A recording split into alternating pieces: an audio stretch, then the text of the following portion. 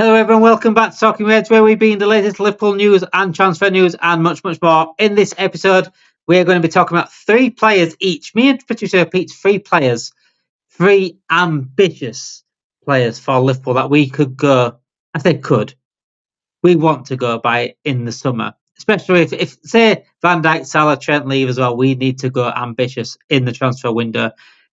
I'll give you a disclaimer first. Before we go ahead with this, we know who our owners are. We are a channel that do call out the owners and do know that they're not as ambitious as we as fans, and they won't ever sign these players. We know this, but we just want to talk about it anyway. We like to talk about transfers. We like to talk about players that we could get that would suit our system, that would suit Arne Sot, and we like to dream. As football fans, we like to dream, don't we? So let's dream a little bit. So me and Patricia, I've got three players each that if we were to be ambitious, we had ambitious owners, we would go sign. So Patricia, the worst case scenario has happened. Trent's gone, Van Dijk's gone, Salah's gone. We both spoke about us as three players, and it's sort of surrounded as the Salah area of the pitch, midfield and the Salah area of the pitch. We've sort of looked at attackers and midfielders mainly in terms of ambition. In terms of defenders, not really many bigger than Van Dijk out there, and there's not really many players out there you think, oh, that's a bit of ambitious bid, unless you went for someone like Saliba, for example. That's very, very ambitious. But so we have tried to make it realistic. I think Liverpool could get these players if we had a little bit of ambition, if that makes sense. So start us off with your first player position. Why you picked this first player? So I've gone with Musiala. I think obviously he's massive talent for Bayern Munich. Seems to be like their sort of catalyst for a lot of their goals, for a lot of that being that sort of playmaker, being sort of a De Bruyne for them. I think he'd be fantastic for us. Obviously, we know he has the finishing ability and he has the passing ability. He's there on the pitch, and he's just technically he is a gifted player. I think he would be perfect for Liverpool and sort of take that position away from Szoboszlai so he can maybe go a bit deeper and he could play that 10 role. I think he'd be fantastic for us. And obviously very ambitious. It is very ambitious. We'd have to prize a lot of money to get Musiala out of Bayern Munich. Definitely one of the best talents in the world. Young as well, still time to even get him better. He's been a revelation at Bayern Munich, a revelation at Germany. Very, very good on the ball. His dribbling technique is sensational. English born. Also plays for the German team, but English born. He is, talking about ambition, that would be a statement. If we ever got someone like that from Bayern Munich, and we got Thiago from Bayern Munich when he was going out, getting a bit older, got him on a cheap, a bit injury prone. But if we ever got someone like that, this kind of move Barcelona or Real Madrid would make. Even at Man City right now, with the ambition that they've got, they'd make a move like this and try and make a move like this. Imagine Liverpool just went, slap, 140 million, Musiala. We don't really need that position as such, but I mean, he can't play left. He can't play left as well and play in the middle.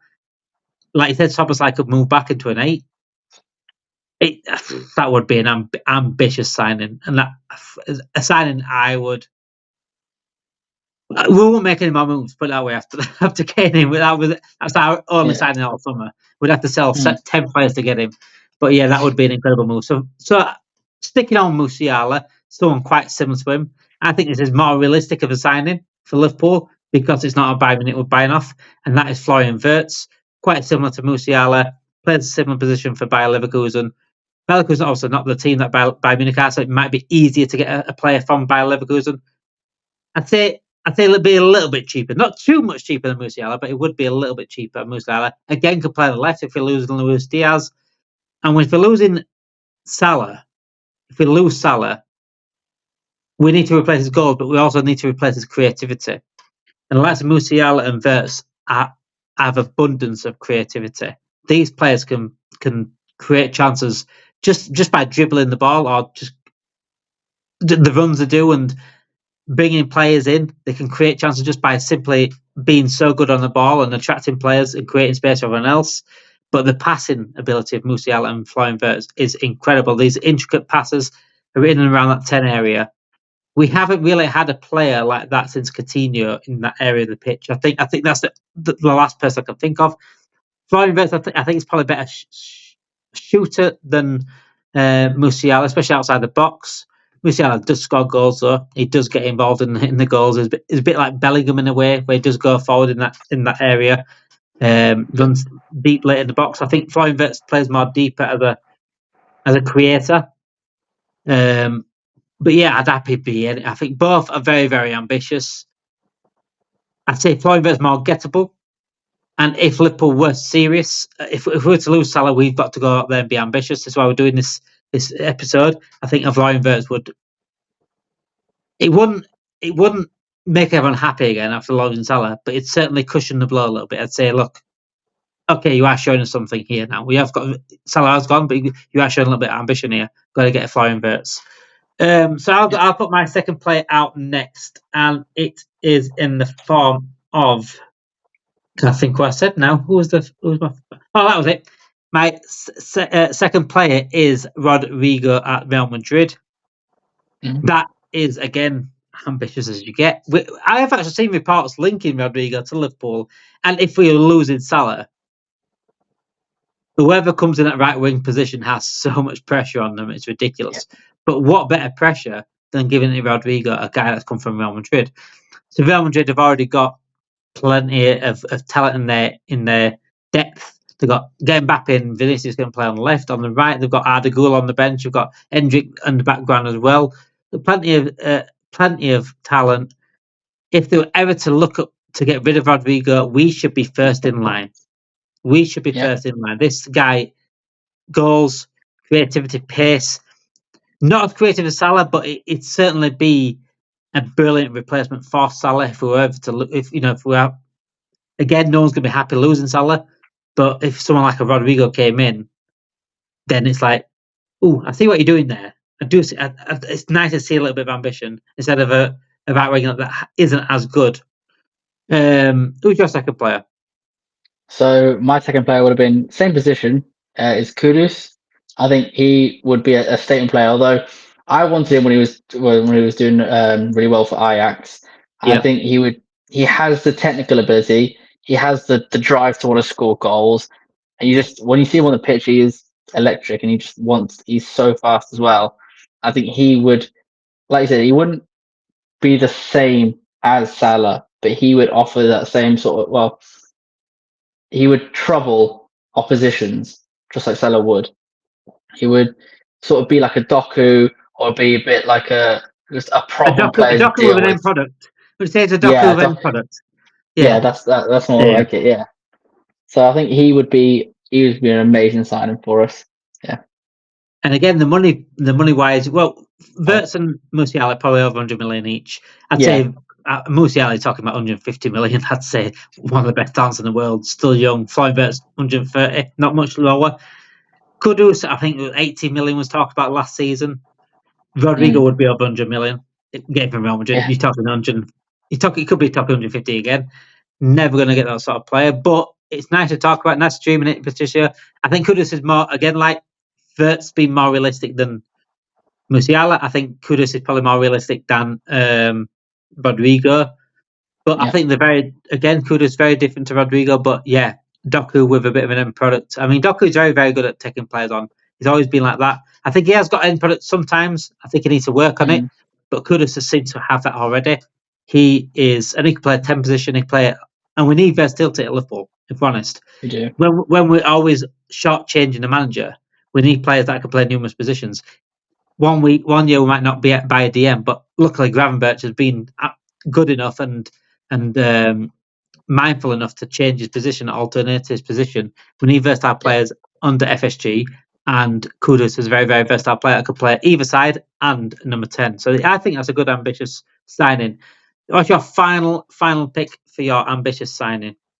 I think Chouameni would take that sort of last spot. I think obviously you brought up Gravenberch, and I think he would be the person where I would either want him alongside Gravenberch or them rotating, so we're not burning Gravenberch to the ground. So it gives them some rest days. Obviously, he is quite injury prone as of late. I'm not too sure how he's doing this season. I know that last season I think he had some issues with his injuries. I think he's a versatile player. I believe he used to play left back as well, or he has played left back He's at best, points. yeah.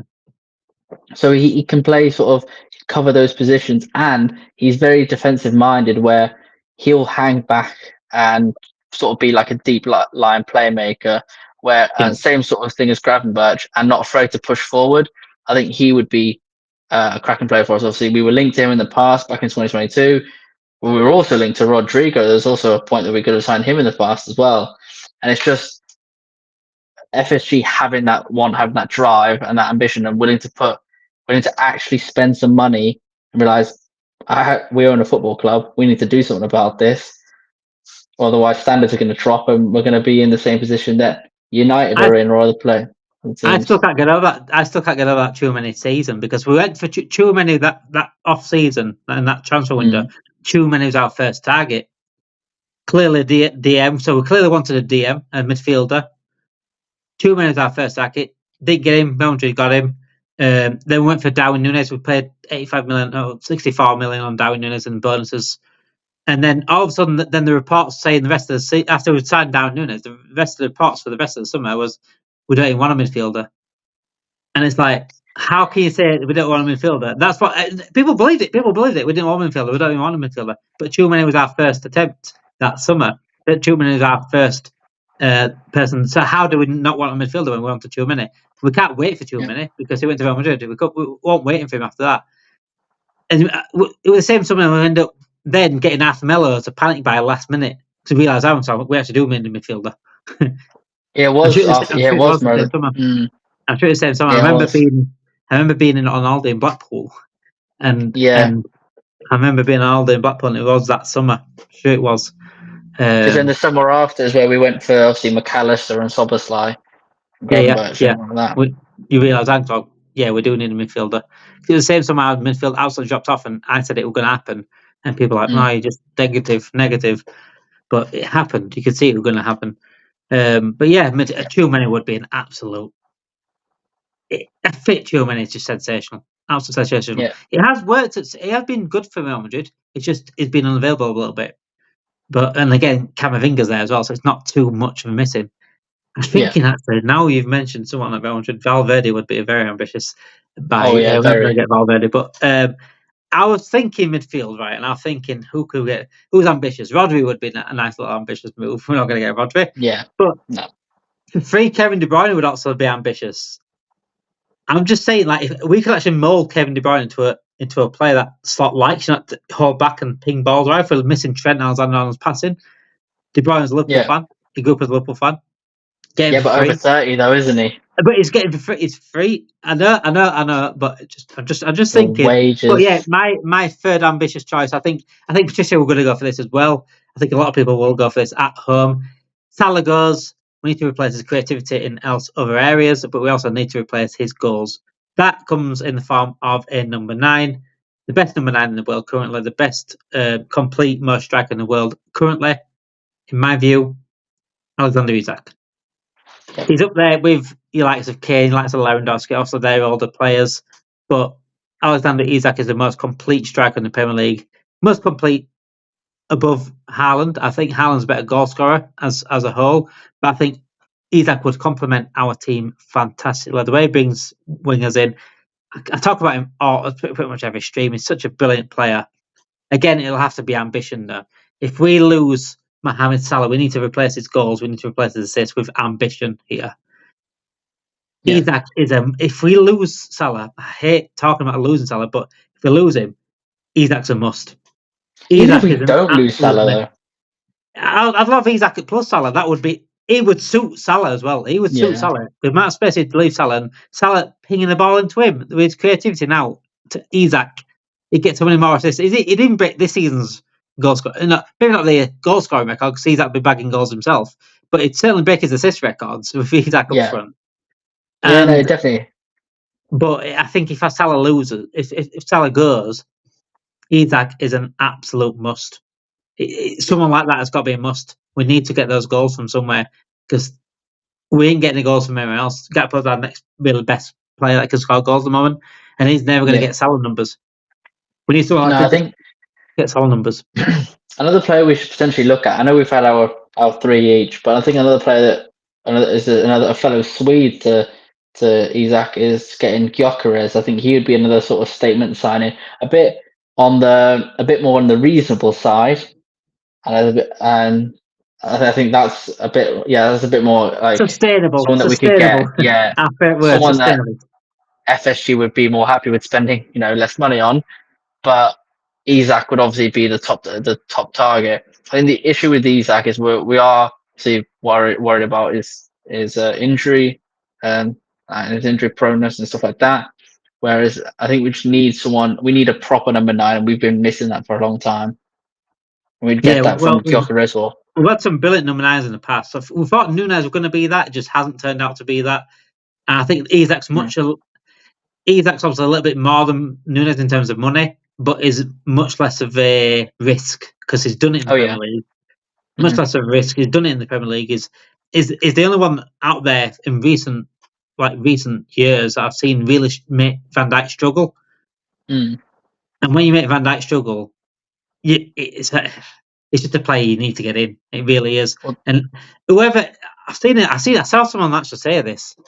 Whoever out of I don't know if it might be I don't know who was it? I don't know if it's Alan Shearer or someone else. Whoever signs Isak between Liverpool and Arsenal, that's if it does go. Newcastle fans, don't come for me. I'm not saying he's going to go because I don't think we sign him.